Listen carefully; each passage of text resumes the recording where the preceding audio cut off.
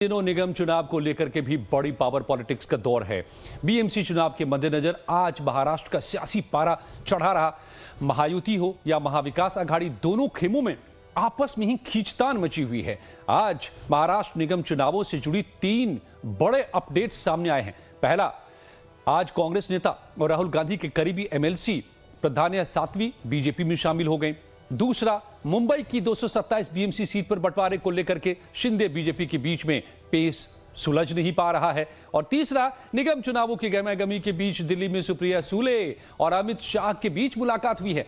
तो अब एक एक करके इन डेवलपमेंट्स के बड़े मायने क्या हैं पावर गैलरीज में, इसको समझिए। सबसे पहले बात करते हैं बीएमसी चुनाव के बीच कांग्रेस को लगे तीसरे बड़े झटके की। पहले कांग्रेस ने कहा कि अगर उद्धव और राज ठाकरे साथ चुनाव लड़ते हैं तो फिर कांग्रेस एमवीए से अलग चुनाव लड़ेगी। और ठाकरे बंधु साथ आ रहे हैं, साफ कह दिया कि कांग्रेस को जो करना है कर ले, हम तो साथ आएंगे। तो अब ये साथ हो गया है कि दोनों ठाकरे एक साथ 20 साल बाद वापसी कर रहे हैं और ये कांग्रेस के लिए अलग अब लड़ने के सिवाय कोई रास्ता नहीं छोड़ता। दूसरा झटका कांग्रेस के ही पूर्व मुख्यमंत्री पृथ्वीराज चव्हाण ने अपने बयान से दे दिया था, जिसमें उन्होंने ऑपरेशन सिंदूर में भारत की हार और इंडियन एयरफोर्स के फाइटर जेट्स के गिराए जाने वाला बयान देकर पाकिस्तान के सुर में सुर मिला दिया, जिसने विपक्ष को चौतरफा हमले का मौका दे दिया। और आज अपडेट यह है कि कांग्रेस नेता एमएलसी प्रधान्या साध्वी बीजेपी में शामिल हो गई। बीएमसी चुनाव से पहले यह कांग्रेस के लिए बड़े झटके से कम नहीं है। खासकर प्रधान्या को राहुल गांधी का करीबी माना जाता है। प्रधान्या हिंगोली से एमएलसी भी हैं। बीजेपी की तरफ से रविंद्र चव्हाण और राजस्व मंत्री चंद्रशेखर बावनकुले मौके पर मौजूद रहे। आपको बता दें कि प्रधान्या सातव के पति एमपी भी रह चुके हैं। 2014 से 2019 तक वो एमपी रहे और राहुल गांधी के कोर टीम मेंबर में से एक थे। ऐसे में सवाल है कि क्या निगम चुनाव में पहले से ही लड़खड़ा रही कांग्रेस से खुद अब कांग्रेसियों का ही भरोसा खत्म हो रहा है। और अब बात करते हैं दूसरे डेवलपमेंट की।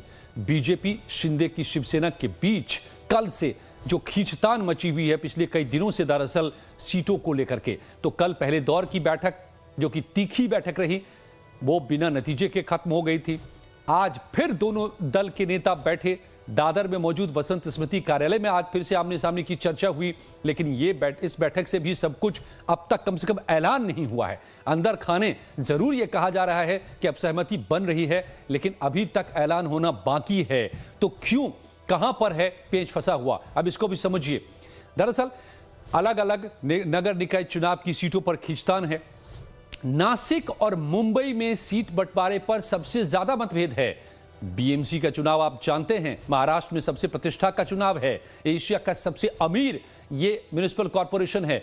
यहां पर बीजेपी 140 से ज्यादा सीटों पर चुनाव लड़ना चाहती है और शिंदे को ज्यादा से ज्यादा खासकर 60 से 70 सीटें देना चाहती है। नासिक में यही हाल है। शिंदे शिवसेना ने 60 सीटों की मांग रखी, बीजेपी ने कम सीटों का प्रस्ताव रखा। तो दोनों दलों में बड़ा भाई बनने की भी होड़ है। मुंबई में शिंदे चाहते हैं अपना दबदबा कायम रहे, जबकि बीजेपी चाहती है कि बीएमसी पर पूरा कब्जा अब बीजेपी का ही हो। देखिए हमारे संवाददाता क्या बता रहे हैं। मुंबई में बीएमसी चुनाव के मद्देनजर इस समय सियासी हलचल मची हुई है। बीजेपी ऑफिस के बाहर मैं खड़ा हूं। आप देखिए इस समय बड़ी तादाद में कार्यकर्ता और कुछ कैबिनेट के मंत्री भी यहाँ मौजूद हैं, जहां पर आज बड़ी हलचल मची हुई है।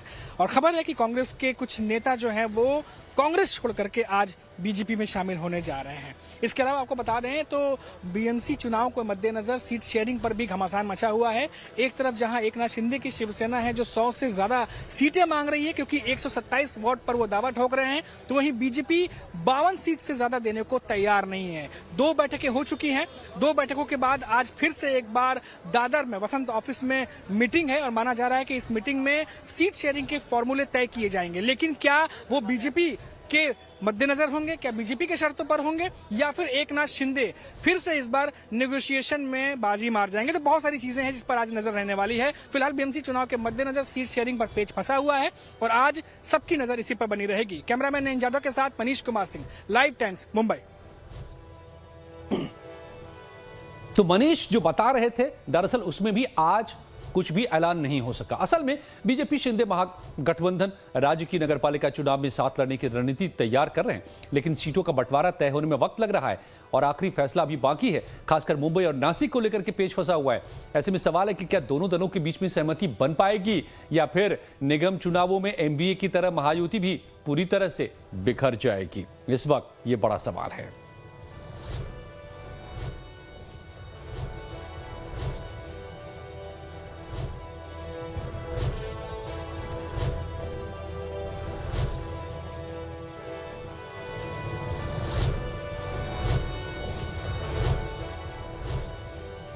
और महाराष्ट्र की तीसरी बड़ी खबर जो पावर पॉलिटिक्स की आज की रही, वो सबसे ज्यादा चौंकाने वाली है। एक तरफ महाराष्ट्र निगम चुनाव की गहमागहमी किस तरह चरम पर है, यह हमने आपको दिखाया, और दूसरी तरफ पहले से ही खंड खंड हो चुके एमवीए में एक और अलगाव के संकेत मिल रहे हैं। दरअसल एनसीपी नेता सुप्रिया सुले ने 2 दिन पहले केंद्रीय गृह मंत्री अमित शाह से मुलाकात की। इस मुलाकात को एक बार फिर से महाराष्ट्र में राजनीतिक हलचल बहुत ही तेज हो गई है। राजनीतिक हलकों में सवाल उठ रहे हैं कि क्या ईवीएम के मुद्दे पर कांग्रेस को झटका देने और फिर दिल्ली में पार्टी सांसदों के साथ गृह मंत्री अमित शाह से मुलाकात के बाद महाराष्ट्र के राजनीतिक हलकों में बड़े बदलाव हो सकते हैं। दरअसल अटकलें लगाई जा रही है कि ईवीएम पर स्टैंड बदलने के बाद एनसीपी पवार गुट केंद्र के नजदीक आ रहा है, यानी कि एनडीए के नजदीक आ रहा है। कहा जा रहा है कि केंद्र में मंत्रिमंडल विस्तार में महाराष्ट्र के दिग्गज शरद पवार की पावर पॉलिटिक्स सामने आ सकती है और पवार की सुपुत्री सुप्रिया सुले केंद्र में मंत्री बन सकती हैं। जी हां, सुले ने दिल्ली में केंद्रीय मंत्री अमित शाह के साथ मुलाकात के बाद सोशल मीडिया पर सार्वजनिक तौर पर उनका दिल से धन्यवाद भी ज्ञापित किया है।